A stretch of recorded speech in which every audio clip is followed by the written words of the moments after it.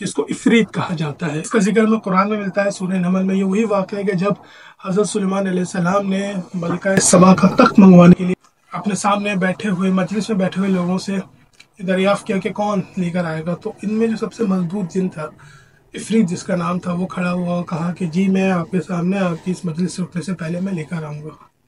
اتنی طاقت رکھتا تھا تخت۔ پہلے تو یہ سمجھے کہ ملکہ سبا کا تخت کیا چیز ہے۔ تخت کیا ہوتا ہے؟ تخت وہ تھرون ہوتا ہے کہ جس پہ بیٹھ کے حکومت کی جاتی ہے، یعنی کہ پاکستان کا جو تھرون ہے وہ وزیر اعظم ہاؤس ہے، امریکہ میں وائٹ ہاؤس ہے۔ اسی طریقے سے جو بھی بادشاہ کا محل ہوتا ہے اس کا ایک جگہ ہوتی ہے جہاں سے حکومت چلائی جاتی ہے، جیسے کہ مغلوں کے دور میں دیوان ہوا کرتے تھے۔ تو وہ تخت لانے کی بات ہوئی ہے جو کہ اچھے خاصے 1000-2000 گز پہ کم سے کم ہوگا۔ تو اس تخت کو لانے کی بات ہوئی، اس نے کیا کہا کہ میں اس بات پر قادر ہوں کہ آپ کے سامنے میں لا سکوں اور آپ مجھ پہ اعتماد بھی کر سکتے ہیں۔ دو چیزیں اس نے کہی کہ میں طاقت بھی رکھتا ہوں اور آپ مجھ پہ اعتماد بھی کر سکتے ہیں۔ لیکن اس مجلس میں ایک شخص موجود تھے جو کہ کتاب کا علم رکھتے تھے، یعنی کہ اللہ کے کلام کا علم رکھتے تھے۔ انہوں نے حضرت سلیمان علیہ السلام سے فرمایا کہ میں آپ کی پلک جھپکنے میں وہ تخت آپ کے سامنے پیش کرتا ہوں۔ پھر جب حضرت سلیمان نے وہ تخت اپنے سامنے پایا تو فرمایا کہ یہ میرے اللہ کا فضل ہے۔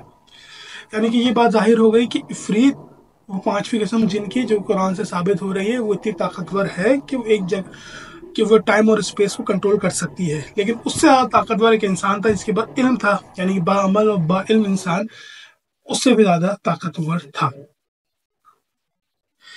ایک چھٹی قسم بتانے سے پہلے میں آپ سے یہ کہوں گا کہ یہ باتوں کے درمیان میں نے آپ سے سورہ اعراف کی آیت نمبر 27 کا ذکر کیا تھا کہ یہ آپ کو وہاں سے دیکھتے ہیں کہ جہاں سے آپ ان کو نہیں دیکھ سکتے۔ اس میں اس میں شیطان اور اس کے قبیلے کا ذکر تھا، یعنی کہ اسپیسیفکلی یہ بتانا ضروری ہے کہ شیطان بھی جن ہے، ابلیس بھی جن ہے، کیونکہ سورہ کہف کی آیت نمبر 50 کے اندر اللہ تعالیٰ فرماتے ہیں کہ اور جب ہم نے فرشتوں کو آدم کو سجدہ کرنے کا حکم دیا تو سب نے سجدہ کیا سوائے ابلیس کے، وہ جنوں میں سے تھا۔ یہاں پر اسپیسیفکلی یہ بات ہے کہ اللہ تعالیٰ فرماتے ہیں وَقَانَ مِنَ الْجِنِّ، وہ جنوں میں سے تھا، یعنی کہ ابلیس کوئی فرشتہ نہیں تھا، ابلیس کوئی انسان نہیں، وہ جنوں میں سے تھا۔ تو جنوں کی قسم جو کہ بڑی مضبوط قسم ہے، ابلیس اور اس کا قبیلہ جو ہمیں وہاں سے دیکھ سکتے ہیں جہاں سے ہم انہیں نہیں دیکھ سکتے۔ تو ابلیس اور اس کا قبیلہ وہ چھٹی قسم جن کی جو کہ بہت طاقتور ہے اور آپ کے ساتھ لگا ہوا ہے، آپ کے قارئین اسی کو رپورٹ کرتے ہیں، ان کا پورا سسٹم ہے۔ یعنی کہ ابلیس ایک جن ہی تھا لیکن اللہ تعالیٰ کی نافرمانی کر کے وہ شیطان کہلایا، وہ ابلیس ہو گیا، دھتکارا ہوا ہو گیا ابلیس کی۔ اب تک کہ ہم نے 6 اقسام آپ سے ڈسکس کری ہیں جنوں کی۔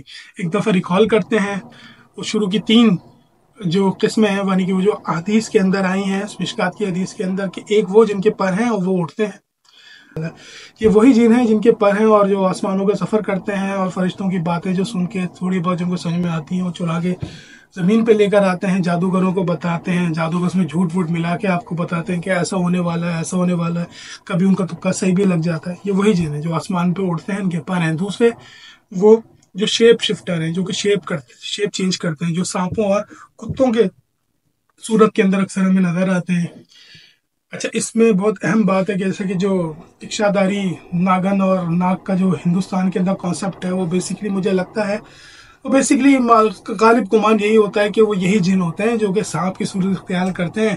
تو لوگوں نے اپنی طرف سے گھڑ لی کہ بھائی 100 سال کا جب سانپ ہو جاتا ہے، جب ناگ 100 سال کا ہو جاتا ہے کہ وہ انسان کا روپ دھار لیتا ہے۔ ایسا تو نہیں ہے، لیکن وہ جو بات ہمیں سمجھ میں آتی ہے وہ یہی ہے کہ جو شیپ شفٹر جو جن ہیں جو کہ سانپوں کتوں کی شکل میں آتے ہیں، وہ شاید غالباً اسی کو تھوڑا بڑھاوا دے کر ان بات کی میت بنائی گئی۔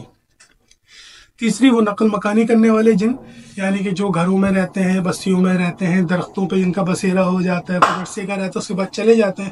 اکثر یہ وہ جن ہیں جن کی کہانیاں ہم قصے اپنی بوڑھی نانیوں دادیوں سے سنتے ہیں کہ وہاں پر ایک درخت تھا، اس پہ سایہ تھا، اس گھر میں سایہ تھا، اس کی چھت پہ یہ مسئلہ تھا۔ یہ وہی والی قسم ہے جنوں کی۔ چوتھی وہ قسم جو سب سے اہم ہے، وہ جن جو ہمارے ساتھ لگا ہوا ہے اور ہمیں برائی کی دعوت دیتا ہے، ہمارے برے افکار اجاگر کرتا ہے، ہمارے اندر برے افکار اجاگر کرتا ہے، ہمیں وسوسہ ڈالتا ہے، کہ وہ والا جن ہے جس کو ہم قارین یا ہمزاد کہتے ہیں۔ پانچواں وہ جن جو کہ افریت ہے، جو قرآن میں اس کا ذکر ہوا، جو سلیمان علیہ السلام کی مجلس کے اندر بیٹھا ہوا تھا، سلیمان علیہ السلام کو اللہ تعالیٰ نے ہر چیز کی حکمرانی دی تھی، چاہے وہ جانوروں کی زبانیں ہوں، ہوا ہو، جنات ہوں، جتنی مخلوقات سب پہ حکمرانی دی تھی۔ تو ان کی مجلس میں جنات بھی بیٹھا کرتے تھے، طاقت سے طاقتور اور نارمل پرندے بھی۔ چھٹی جو قسم نے بیان کری وہ ابلیس کی ہے، یعنی کہ ابلیس کے بارے میں اللہ تعالیٰ نے سورہ کاف میں فرمایا وَكَانَ مِنَ الْجِنِّ کہ وہ جنوں میں سے تھا۔ تو اب تک قرآن و حدیث کے ذریعے ہم نے 6 قسمیں جاننے کی کوشش کی ہیں کہ قسمیں جاننے کی کوشش کی کہ جن کیسا پیدا ہوئے، کس چیز سے پیدا ہوئے ہیں، ان کی قسمیں کیا ہیں، ان کی پاورز کیا ہیں، یہ ساری چیز ہم نے جانی۔ اسی سیریز میں آگے ہم یہ جاننے کی کوشش کریں گے کہ مختلف قوموں، اس کے ہمارے علاوہ مختلف قوموں کی کیا سوچ ہے جنوں کے بارے میں، ان کا کیا ایمان ہے جنوں کے بارے میں، وہ ساری چیزیں آپ کے سامنے پیش رکھنے کی کوشش کریں گے۔ مزید یہ کہ کیا جن انسان کا نقصان پہنچا سکتے ہیں، کیا جن سے کوئی مدد بھی لی جا سکتی ہے، کیا جن سے کوئی فائدہ اٹھایا جا سکتا ہے، ان تمام چیزوں کو جاننے کے لیے جڑے رہیے AQB نیٹ ورک سے۔ اگر آپ کو ویڈیو پسند آئی ہو تو لائک کریں، شیئر کریں، سبسکرائب کریں۔ السلام علیکم ورحمۃ اللہ۔